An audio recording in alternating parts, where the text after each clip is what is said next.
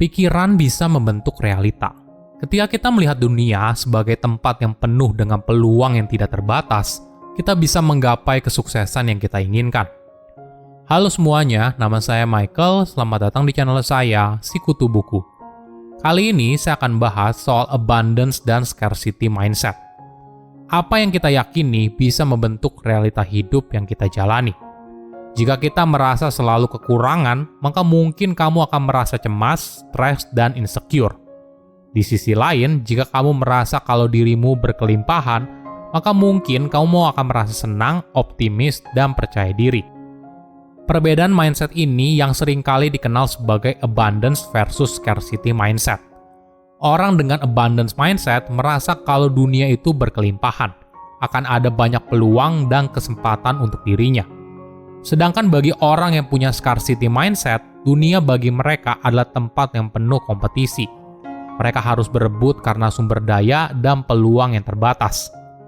Sebelum kita mulai, buat kalian yang mau support channel ini agar terus berkarya, caranya gampang banget. Kalian cukup klik subscribe dan nyalakan loncengnya. Dukungan kalian membantu banget supaya kita bisa rutin posting dan bersama-sama belajar di channel ini. Apakah kamu pernah mendengar kutipan ini?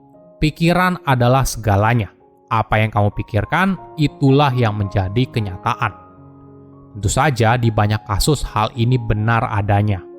Mindset merupakan faktor penting dalam kesuksesan, entah dalam hal bisnis, olahraga, atau hidup secara umum. Stephen Covey dalam buku terlarisnya The 7 Habits of Highly Effective People mungkin yang pertama mempopulerkan terminologi scarcity versus abundance mindset. Scarcity mindset merujuk pada kondisi di mana seorang melihat dunia sebagai kue yang terbatas. Jadi, jika ada orang lain yang mengambil kue itu, maka sisa bagi yang lain akan semakin kecil. Inilah yang membuat seseorang jadi cemburu melihat kesuksesan orang lain. Misalnya, teman kamu mendapat promosi jabatan, jualannya laku, dan sebagainya. Kamu merasa kalau kesuksesan dia justru membuat peluang kamu semakin kecil untuk sukses. Ibaratnya, ini merupakan sebuah kondisi win-lose situation, di mana ada sebuah pemenang, maka ada yang kalah. Jadi, jika orang lain menang, maka kamu akan kalah. Oleh karena itu, kamu harus bersaing dan memastikan kalau orang lain tidak akan menang. Sebaliknya, abundance mindset merujuk pada pemikiran seorang kalau dunia itu merupakan sebuah tempat yang berlimpah. Setiap orang punya peluang dan kesempatan yang tidak terbatas. Jadi, mereka tidak perlu bersaing untuk mendapatkan sesuatu. Mereka justru bisa bekerja sama untuk mendapatkan kelimpahan bagi mereka semua. Ini merupakan situasi yang win-win. Secara alamiah, manusia memang terbiasa melihat scarcity atau kelangkaan. Ini merupakan cara kita bertahan hidup. Bayangkan di zaman dulu di mana kita harus berburu untuk bisa mencukupi kebutuhan hidup sehari-hari. Kita harus selalu bersaing dengan orang lain agar bisa bertahan hidup. Namun di era sekarang, saya rasa mayoritas orang sudah hidup jauh lebih baik. Menariknya, scarcity versus abundance mindset tidak terbatas apakah mereka memang dalam kondisi yang berlimpah atau tidak. Orang yang hidupnya secara ekonomi cukup, mungkin saja bisa punya scarcity mindset. Banyak faktor kenapa seseorang bisa punya scarcity mindset. Bisa saja dipengaruhi oleh pengalaman pribadi, faktor budaya, dan sosial. Pertama, pengalaman masa kecil. Pengalaman hidup usia dini punya pengaruh besar dalam membentuk mindset seseorang. Jika seseorang tumbuh dalam lingkungan di mana semuanya terbatas atau seringkali merasakan kesulitan mendapatkan apa yang diinginkan, mungkin saja hal ini membentuk scarcity mindset. Misalnya, orang itu tumbuh dalam ekonomi yang kurang baik, kurangnya kesempatan dalam hidup, atau mengalami tantangan untuk memenuhi kebutuhan sehari-hari. Hal ini bisa membentuk pemikiran kalau apa yang ada di dunia itu terbatas. Kedua, iklan dan media. Pasti kamu sering dengar kalimat di iklan seperti penawaran terbatas, hanya 1 hari, untuk 100 orang pertama, dan sebagainya. Lama-kelamaan, bisa saja kamu terpengaruh kalau apapun di dunia itu merupakan sesuatu yang langka. Ketiga, kegagalan pribadi. Dalam hidup, mungkin saja kita menemui kegagalan. Ada yang sifatnya kecil, ada juga yang besar. Misalnya ditinggal oleh orang yang dicintai, mengalami PHK, bisnis yang gagal, dan sebagainya. Pengalaman ini bisa saja berpengaruh besar pada bagaimana kamu melihat hidup. Mungkin kamu jadi percaya kalau peluang itu terbatas, kamu tidak berdaya, kamu tidak kompeten, dan sebagainya. Perlu dipahami, mindset entah itu abundance atau scarcity bukanlah sesuatu yang fix tidak bisa diubah. Tapi lebih kepada sebuah spektrum di mana seorang bisa berpindah, tergantung dari pengalaman dan perkembangan dirinya.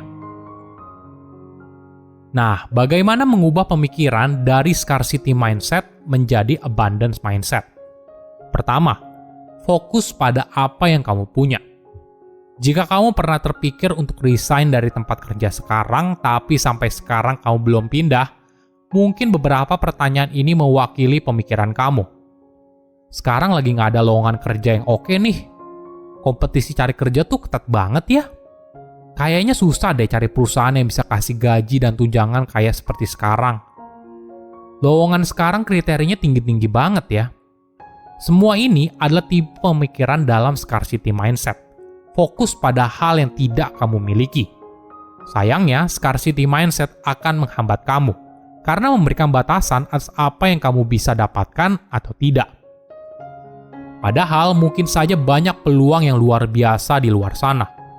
Bagaimana bila kamu mengubahnya jadi pemikiran seperti ini? Wow, saya punya pengalaman 20 tahun di bidang keuangan. Mungkin saja ini merupakan titik awal untuk memulai bisnis konsultan sendiri.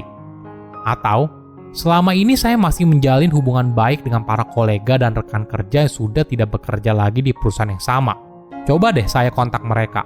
Siapa tahu ada lowongan kerja yang menarik. Kedua, buatlah dirimu berada di antara orang yang memiliki abundance mindset. Nah, mungkin orang ini ada di sekitarmu. Orang yang selalu melihat sebuah gelas sebagai setengah kosong daripada setengah penuh.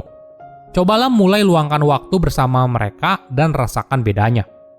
Manusia pada dasarnya mudah sekali dipengaruhi oleh lingkungan sekitar. Jika kamu dikelilingi oleh orang yang tepat, maka hidupmu akan berjalan ke arah yang lebih baik. Ketiga, ciptakan situasi yang win-win. Scarcity mindset percaya kalau ada orang yang menang, pasti ada orang yang kalah. Jadi, mereka berusaha sebisa mungkin menjegal kesuksesan orang lain. Kenapa? Karena apabila orang itu sukses, maka peluang kamu sukses akan semakin kecil. Tentu saja, pola pikir ini bisa menghambat kesuksesan. Kamu tidak berusaha untuk berkolaborasi, tapi sibuk menjatuhkan satu sama lain. Padahal jika saja kamu berkolaborasi, tidak perlu ada yang kalah. Kalian berdua bisa sama-sama jadi pemenang. Mungkin konsep ini sulit dipahami oleh banyak orang. Kita terbiasa diajarkan kalau ada pemenang, pasti ada yang kalah. Sebisa mungkin jadilah pemenang daripada orang yang kalah. Padahal dalam situasi yang win-win, kalian berdua bisa sama-sama memaksimalkan potensi keuntungan dan mengurangi kerugian. Misalnya begini, seorang penjual dan pembeli setuju pada sebuah harga yang adil, di mana si penjual mendapat keuntungan agar bisnisnya bisa terus berjalan, dan si pembeli senang karena mendapat harga yang pantas dari nilai barang tersebut. Keempat, latih dirimu untuk melihat segala kemungkinan dalam hidup.